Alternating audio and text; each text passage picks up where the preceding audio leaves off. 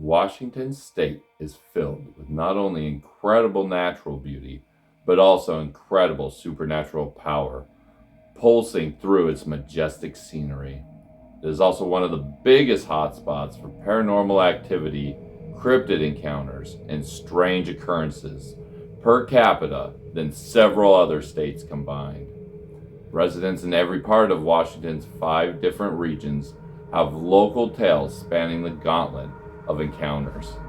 These encounters stretch back thousands of years from indigenous peoples' tribal traditions and continue to this day.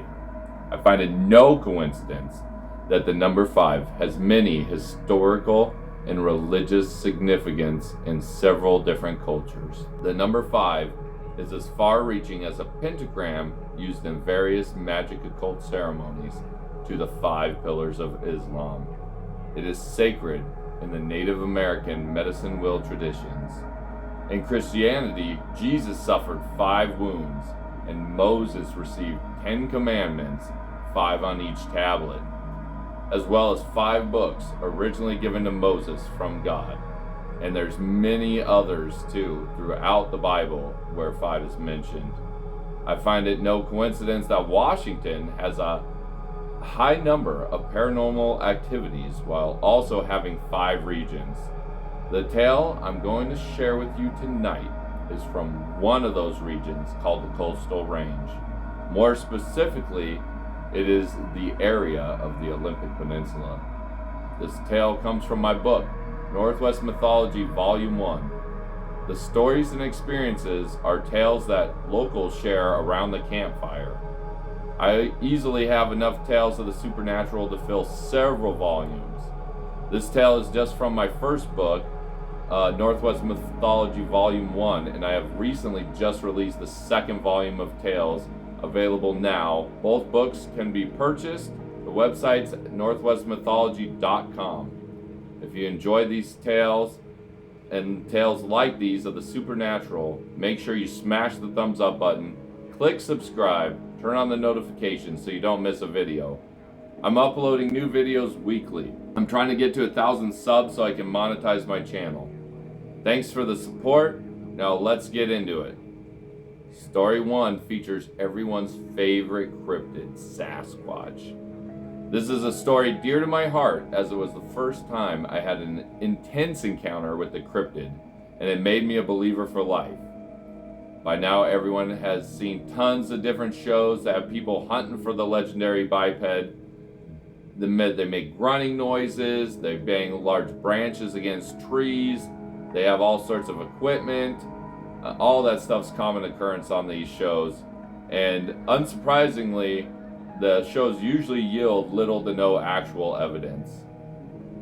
Something that these shows often overlook is the native tales of Sasquatch. Often these stories date back hundreds, if not thousands of years, and are passed down from tribal members to tribal members, sitting around fires. For many tribes, the Sasquatch is less of a mythical beast and looked at as more of a fact of life. Many of these stories are not openly shared with outsiders. It is not a surprise that not too many of these indigenous people don't want to share these stories with the camera. It is also can be considered bad luck or taboo to speak of Sasquatch, and when you speak of him, it's said to call the attention of his spirit to you, and it can lead to various types of encounters and lead to all sorts of bad luck. As a youth, I had many close Native American friends who told stories of Sasquatch interactions. Oftentimes, these stories supposedly took place while fishing on traditional tribal lands on the Elwha. I was not so naive to believe all these tales. Some of them were quite outlandish and really hard to believe. I'd often call them out and I'd say, "Hey man, you're making that up." They'd become indignant when being called out, and several times they'd have me go ask their parents to verify these encounters. On several occasions, their parents validated these tales, much to my surprise. Even sometimes their grandparents would tell stories about Sasquatch and tales of when they were hunting or fishing and ran into this supposedly fictional beast. I'd always ask questions, typical questions at that time. I'd say, well, if Sasquatch is real, where are the corpses? The response I would receive would be a question asking if I had ever seen a dead mountain lion or dead mountain lion remains. I had never seen a dead mountain lion in the woods or even a live mountain lion, and I still haven't to this day. And I spend a lot of time out in the woods hiking and exploring. The reasoning is, if I hadn't even seen a mountain lion, a creature that was known to exist in a large quantity, what chance would I have of seeing a Sasquatch that could travel to the spirit realm to escape detection at will? I've heard numerous stories about Sasquatch encounters from people in all walks of life, from lawyers to teachers to homeless people. They all can possibly be misidentifications. Hunters, fishermen, you name it, I've heard it. There's little doubt in my mind about the viability of a Sasquatch being able to survive in the PNW undetected.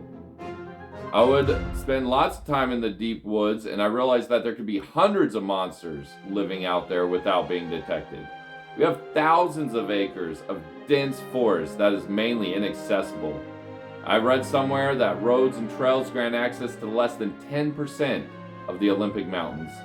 On some of the back roads I've experienced, you can drive for hours and not see another vehicle or person, just acre upon acre of trees. Sasquatches are said to like these deep woods where people will not detect them.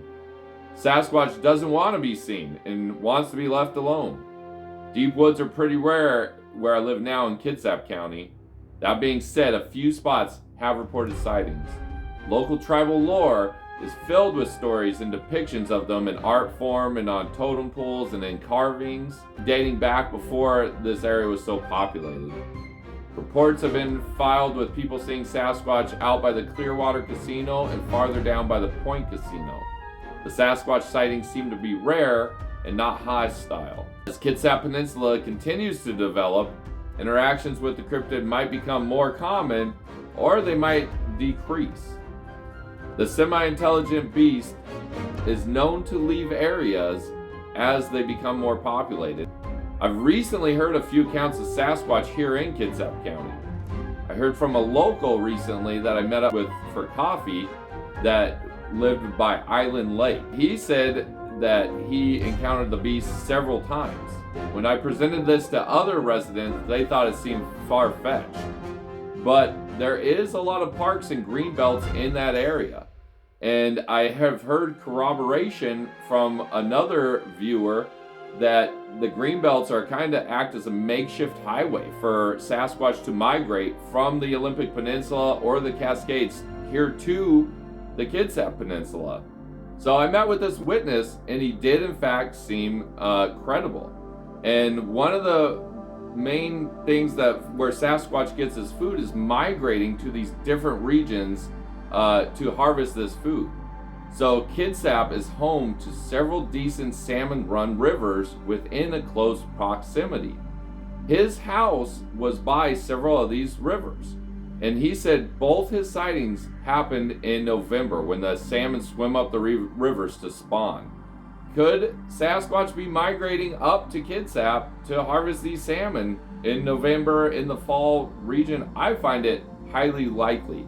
Also, these encounters were around dawn, about 5 a.m., which does lend credibility because that is when a lot of Sasquatch encounters happen, either at dawn or dusk. That seems to be their most active time where people run into them as they're transitioning to their different habitats. But as the area becomes too populated, maybe it'll become too hard for Sasquatch to stay hidden, and they'll retreat to less populated areas. This way they can continue to live in their chosen isolated lifestyle. Sasquatch sightings were well known in modern day Tacoma, Puyallup, and even Seattle. However, they are all but unheard of in those areas today. Judging by the amount of building going up around in Kitsap, this area could be next. Although not many people are in the area, the Sasquatch will often try to scare random interlopers out of their territory. They do this by throwing rocks, breaking or shaking giant trees, or grunting very loudly. Less common, especially now with the prevalence of cell phones, they will flat out chase trespassers from the area. I've had several encounters with Sasquatch myself throughout the years. As mentioned earlier, I love to spend as much time in the woods as I can. When I was about 18 years old, I experienced some of this behavior of Sasquatch trying to chase me out of an area. I'd recently taken up mountain biking, and I go with a friend of mine. We drive up a random road in the Port Angeles or Sequim area. We drive my friend Mike's truck up until we had not seen any houses or people for over an hour to the heart of the mountains. Then we'd find an old log road. We'd spend several hours exploring these roads and eventually ride back to the vehicle. We do this several times a week, and we cover hundreds of miles. And we wouldn't see another living person most of those rides. Just riding for hours, nothing out there. One weekend we randomly chose Blue Mountain Road, right outside Port Angeles. It's right outside, in between Port Angeles and Sequim. We drove the truck up until we had stopped seeing houses for a long time. We found a long abandoned logging gate. These gates are designed to keep out motor vehicles, but Mike and I could easily lift our mountain bikes over the fence. We began riding in this isolated wilderness. We like to start early, so this is about 9 in the morning. After riding till about lunchtime is about noon, we looked for a place to stop to eat. We found an ideal spot in the form of a plateau that overlooked the valley below, and we could see the water far off in the distance, and we could even kind of see Victoria Island because we were up so high. The view was just great. We could see the ocean. It was probably about 30 to 50 miles away.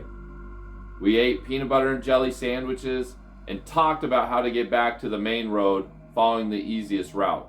And again, the log roads were unmarked, so we'd have to kind of try to figure out the direction to get back to where we parked at. After finishing our lunch, we started to look around the plateau clearing. Nothing seemed to be amiss other than a giant pile of clamshells.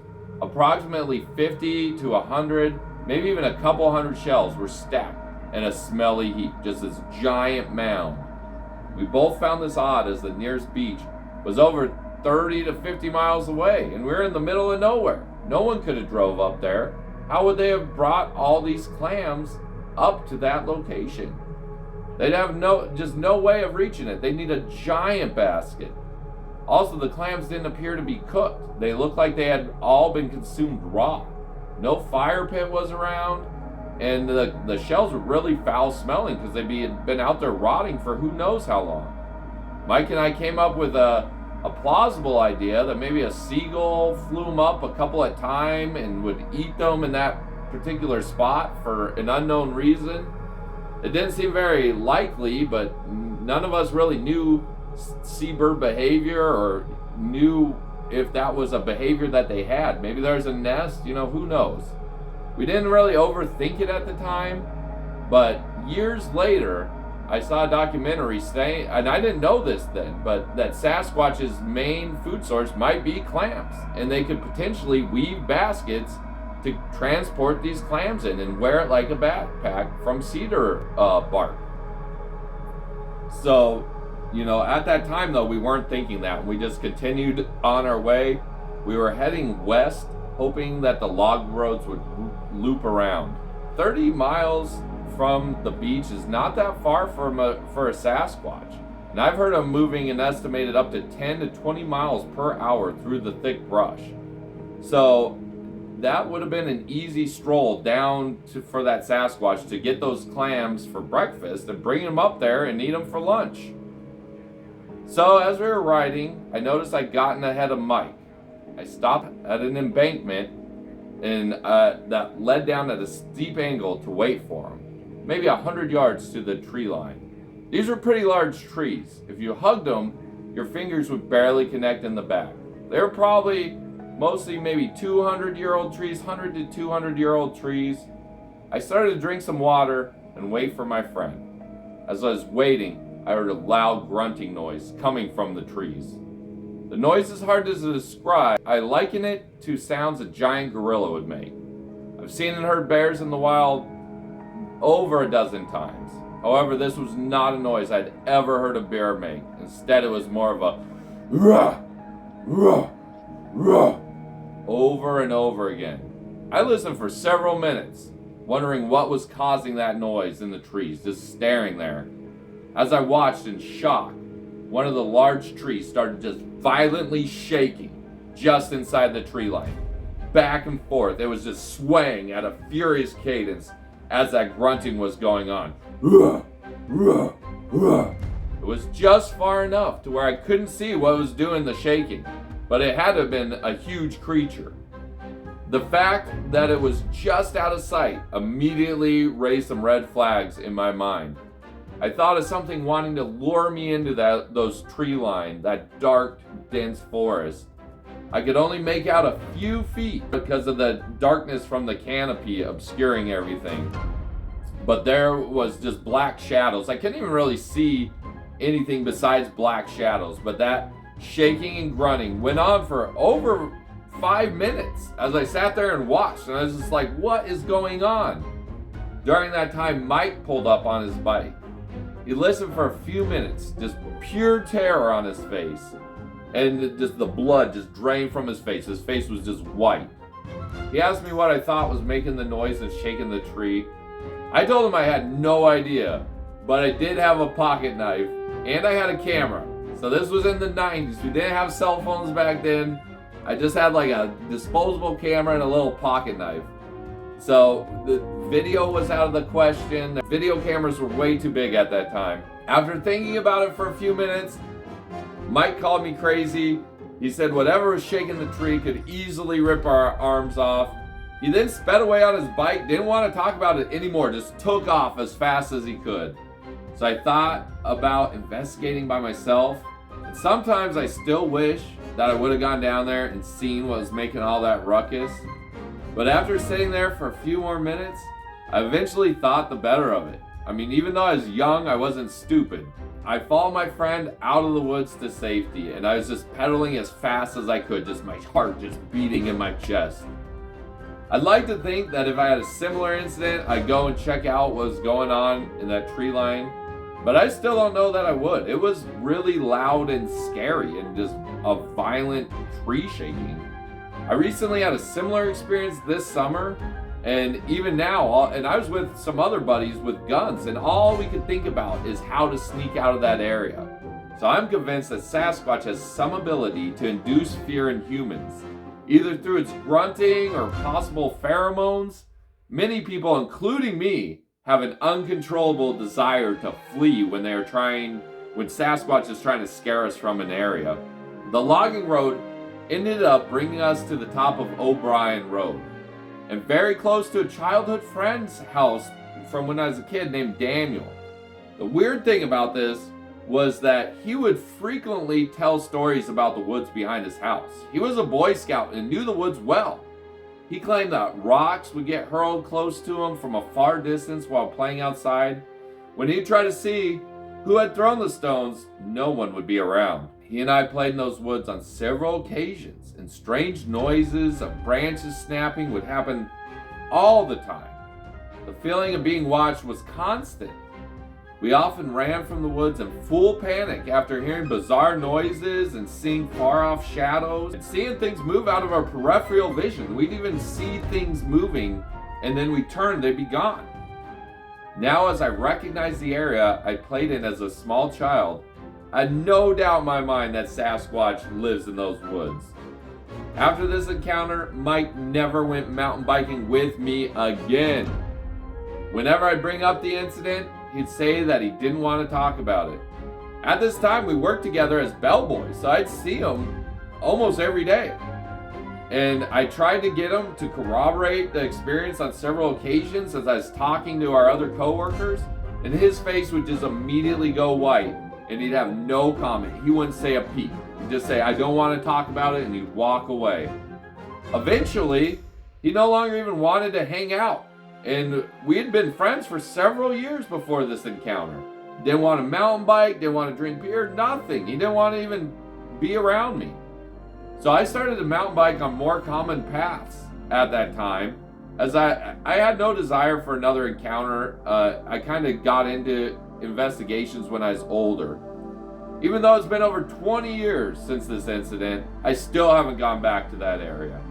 I do want to see Sasquatch, but I don't want another scary encounter of that manner. I drive by Blue Mountain Road on a regular basis, and I often think about trying to find that same road in that exact spot to recreate the experience from that day. For all I know, the site could be developed into houses now. I haven't been up there in forever. The Sasquatch could have retreated farther into the wilderness of the interior of the Olympics. I do have some advice, though, for those of you that think that you desire to have an encounter with Sasquatch or see an encounter. I suggest following these steps. First, you go somewhere that people have not been for a long time. No one had been on that road probably 50 years. You're not going to see a Sasquatch on a trail that is used regularly. Second, the more miles you cover, the better your chances of an encounter. Sasquatch doesn't want to be seen or run into. Riding a motorized vehicle won't work. They'll hear the engine from too far off. That leaves either traveling on a mountain bike, hiking, or running. The mountain bike will cover the most distance. The third and final tip would be to go to an area that they have been seen in before. Sasquatches have territories, and they'll guard them to some extent until the site gets too crowded and it's too dangerous for them to try to scare people away. Many maps exist on the internet that track encounters. These previous sightings are an excellent place to start. I even reported this encounter from this video on a site. Also on the website, we have a new reporting thing, so check that out. Every time I have an encounter of possible Sasquatch, I remember the fear from that first encounter to this day. I know that whatever was in those woods that day was not something encountered on a regular basis. That experience led me to believe that what was trying to scare me was intelligent enough to stay out of sight. It wasn't some dumb creature that was going to let me see it. And it was getting its message across to leave the area very clearly. That message was so effective that both me and my former riding partner Mike never went to that location again. Well, anyways, guys, if you made it this far, thanks for watching till the end. That was just one story of a supernatural entity from a region chock full of so many tales that people are frightened to go exploring off the beaten path. The hope of this story and all the stories in my books is not to frighten, but to get people out and exploring and get them talking to each other, to ignite your guys' passion for looking into the unknown. The more people we get investigating this stuff, the better. I want you guys to sling a pack over your shoulder. I want you to look into your own local mysteries. You don't have to go to the Olympic Peninsula. If you live somewhere, check out your own local stuff. Listen to stories told by elderly relatives or community members. And I want you to go to the library. I want you to read books. And I want you to go to local museums and talk to the curators. Science has declared magic to be dead, or at the very least unprovable. Monsters are believed to be only legends. I hope whoever watches this has a seed planted in their brain that science can't explain everything. There's still mysterious things, still creatures lurking in the unknown recesses of many areas, especially right here in Washington. Each step into the unknown is an adventure. When you step out your door with curiosity in your heart, you never know where you'll be swept away to. As long as you keep an open mind and a positive attitude, the unexplained will find you. If you keep a closed mind, you won't notice it even when it does happen. With the saturation of the internet and cell phones, many people fall into the trap of thinking they have seen everything. I hope these stories serve as a reminder that some things can't be Google searched. Not every creature wants to be famous in a viral video. There are things in this world that defy explanation in a traditional sense. Anyone can have these experiences. if they spend enough time searching and keep an open mind. The farther you get out there and explore, the more likely you are to have one of these types of encounters. But many local places and parks, with enough research, they have a lot of unexplainable stuff also. What supernatural creatures have you guys heard about? I'd like to hear about them. Leave them in a comment below. Check out the website northwestmythology.com. There's a map feature on there where you can put a pin. I'd love to hear about them. If they're local, I will check them out. Send me an email. I have a story in book 2 sent in from a reader, and it made it into book 2. So if you have a story, send it to me. I'm trying to get to 1,000 subs, guys. So please make sure you click subscribe if you like what you heard. Give it a thumbs up. Turn on notifications.